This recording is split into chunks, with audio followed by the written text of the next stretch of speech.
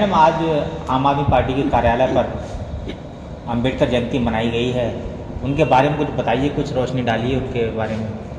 देखिए, आज बाबा साहेब भीमराव अंबेडकर की जयंती है। हम सब उन्हें शत शत नमन करते हैं और उनके जीवन से हमें जो मिला है वो अमूल्य है, उसका हम कभी भी कर्ज नहीं चुका सकते। आज हमें शिक्षा और समानता का जो अधिकार दिलाया वो बाबा साहेब अम्बेडकर ने दिलवाया है। सबसे पहली बात मैं ये बताना चाहती हूँ कि बाबा साहेब अम्बेडकर का अपना जीवन कांटों की सेज रहा है। वो उस दौर में जन्मे थे जब समाज में इतनी असमानता थी, इतना ऊंच नीच का भाव था। एक दलित समाज से में पैदा हुए बाबा साहेब अम्बेडकर इतनी यातनाओं को सहते हुए उन्होंने शिक्षा पाई। जब शिक्षा का अधिकार छोटी जात के लोगों को नहीं होता था, उस समय उन्होंने ऐसा संघर्ष किया है। अगर उनके संघर्ष को, उनकी आत्मकथा को हम पढ़ें तो आंखों में आंसू आ जाते हैं कि इतना कैसे सह लिया उन्होंने। और वो लड़ाई लड़ी कि हर दलित को, हर गरीब को, हर जाति के व्यक्ति को, महिला को, महिलाएं भी दलित के समान थी, महिलाओं को भी शिक्षा का अधिकार नहीं था। वो लड़ाई लड़ते हुए उन्होंने पूरे देश को शिक्षा का अधिकार दिलाया। आज उन्हीं का ये योगदान है जिसकी वजह से आज मैं इतनी डिग्रियां ले पाई हूँ। पढ़ाई पढ़ी है मैंने। बाबा साहेब का कर्ज हम कभी नहीं चुका सकते हैं और इस मिशन को आम आदमी पार्टी पूरा करना चाहती है। हमारे राष्ट्रीय संयोजक माननीय अरविंद केजरीवाल जी का भी यही सपना है, जो बाबा साहेब का सपना अधूरा रह गया कि हम पूरे भारत को शिक्षित नहीं कर पाए, हमारे देश के पूरे बच्चे शिक्षित नहीं हो पाए।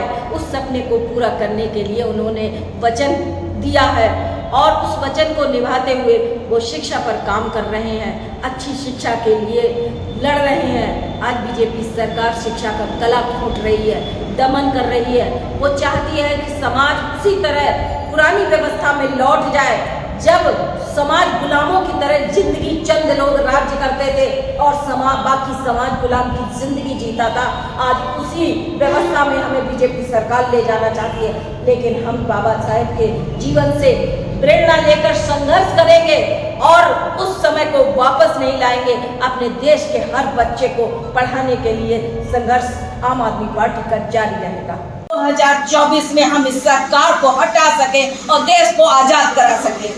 इसलिए सब भाइयों, हम ये कहते हैं, जो भी आपके प्रत्याशी नन्हे बख्श हैं, इनके लिए सहयोग ये समझकर मत करना कि हम नन्हे बख्श को चेयरमैन बना रहे हैं, ये चेयरमैन बन जाएंगे तो ये हमें पूछेंगे नहीं।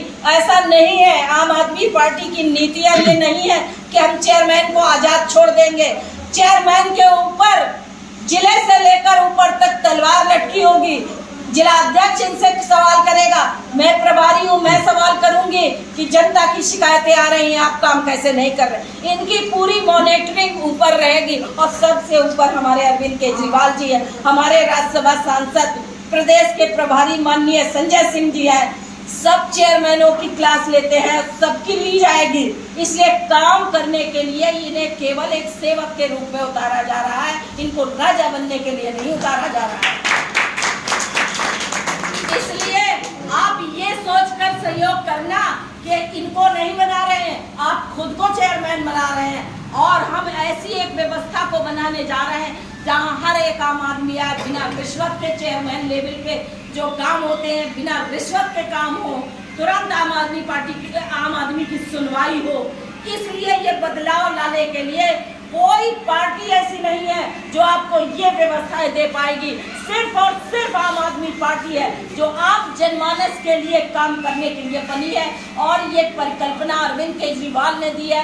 लोकतंत्र की सही परिभाषा अरविंद केजरीवाल ने दी है कि एक लोकतंत्र कैसा होना चाहिए, जहां आम आदमी का राज होना चाहिए, किसी राजा का राज नहीं होना चाहिए या चेयरमैन कोई पैसे वाला आदमी बन गया है, गाड़ी बंगला उसके पास है, उसके बाद वो नहीं पूछता है, जनता का दुख दर्द नहीं पूछता।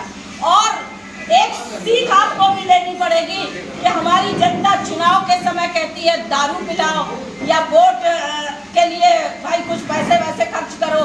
इन चीजों में पढ़कर अगर आप वोट करेंगे तो आप अपना नुकसान करेंगे। आप किसी का नुकसान नहीं करेंगे। ऐसे चेयरमैन जो बनेंगे वो 5 साल आपका खून चूसेंगे, फिर आप उनसे कुछ नहीं कह सकते, क्योंकि उस खर्चे की भरपाई आपसे की जाएगी।